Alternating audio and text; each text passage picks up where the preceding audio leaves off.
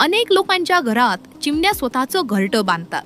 लोकांना वाटतं की आता आपली भरभराट होणार, आपल्या घरात श्रीमंती येणार. परंतु सहदेव भाडळी या 700 वर्ष जुन्या धर्मग्रंथात मात्र याविषयीचे संकेत काही वेगळेच सांगितलेले आहेत.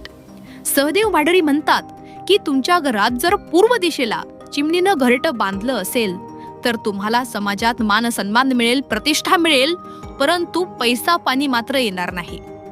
तुम्हाला नोकरीमध्ये, तुमच्या व्यवसायामध्ये प्रगती होताना दिसून येईल आणि त्यातून समाजातली तुमची प्रतिष्ठा वाढेल.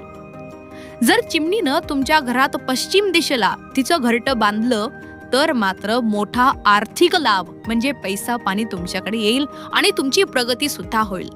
विशेष करून जर तुमच्या घरामध्ये कुणी सतत आजारी असेल तर त्यांचं आरोग्य त्याच्यामुळे सुधारतं. चिमणीनं उत्तर दिशेला जर तुमच्या घरात घरटं बांधलं तर लक्षात घ्या, उत्तर ही कुबेराची दिशा आहे. कुबेर म्हणजे पैशांचा खजाना. तेव्हा या दिशेला चिमणीचं घरटं असणं म्हणजे आकस्मिक धनलाभाचा हा संकेत आहे. खूप मोठ्या प्रमाणावर तुमच्याकडे पैसा येऊ शकतो आणि घरातलं ऐश्वर्य त्याच्यामुळे वाढू शकतं. परंतु जर हेच घरटं चिमणीनं दक्षिण दिशेला बांधलं तर मात्र अतिशय साधारण परिणाम मिळतात. घरातील लोकांचा आत्मविश्वास आणि धैर्य तेवढं वाढतं, दुसरे कोणतेही फायदे होत नाहीत.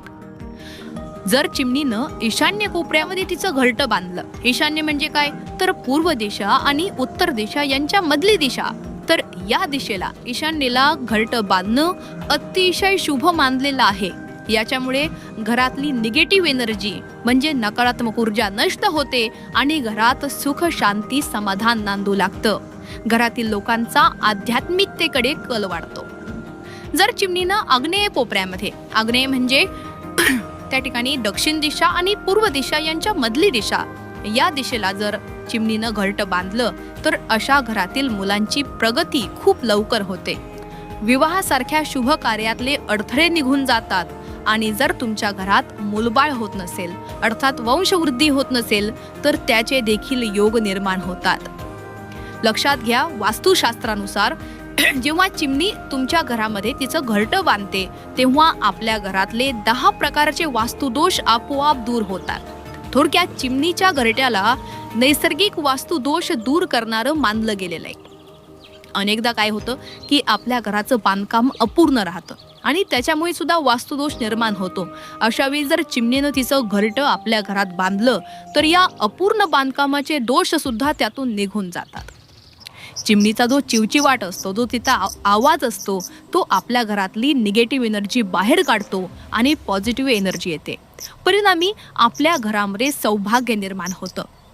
दुर्भाग्याचा फेरा नष्ट होऊन, दुर्दैवाचा फेरा नष्ट होऊन सौभाग्य प्राप्त होतं.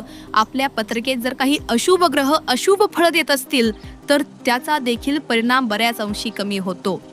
थोडक्यात चिमणी ही आपल्या घरामध्ये आनंद निर्माण करणारी लक्ष्मी आहे, हे तुम्ही लक्षात घ्या. तुम्हाला माहिती आहे का की चिमणीचं आगमन हे आपल्या वास्तूला प्रसन्न करवतो. जो आपला वास्तू पुरुष असतो त्या वास्तू पुरुषाचे आशीर्वाद त्यामुळे आपल्याला मिळतात. आपल्या प्रगतीमध्ये जे अडथळे आहेत ते दूर होतात. आता लक्षात घ्या, अनेक जण चिमणीचं घरटं मोडतात किंवा त्या ठिकाणी चिमणीचं घरटं पाडून त्या चिमण्यांना बाहेर हुसकावतात. तर असं करू नका, कारण याच्यामुळे आपण जणू काही आपल्या भाग्यालाच घराबाहेर काढतो की काय अशी शक्यता असते. वास्तुदोष निर्माण होतात. याला घरटं उजळवणं असं म्हणतात, तर ते आपण कृपया करू नका.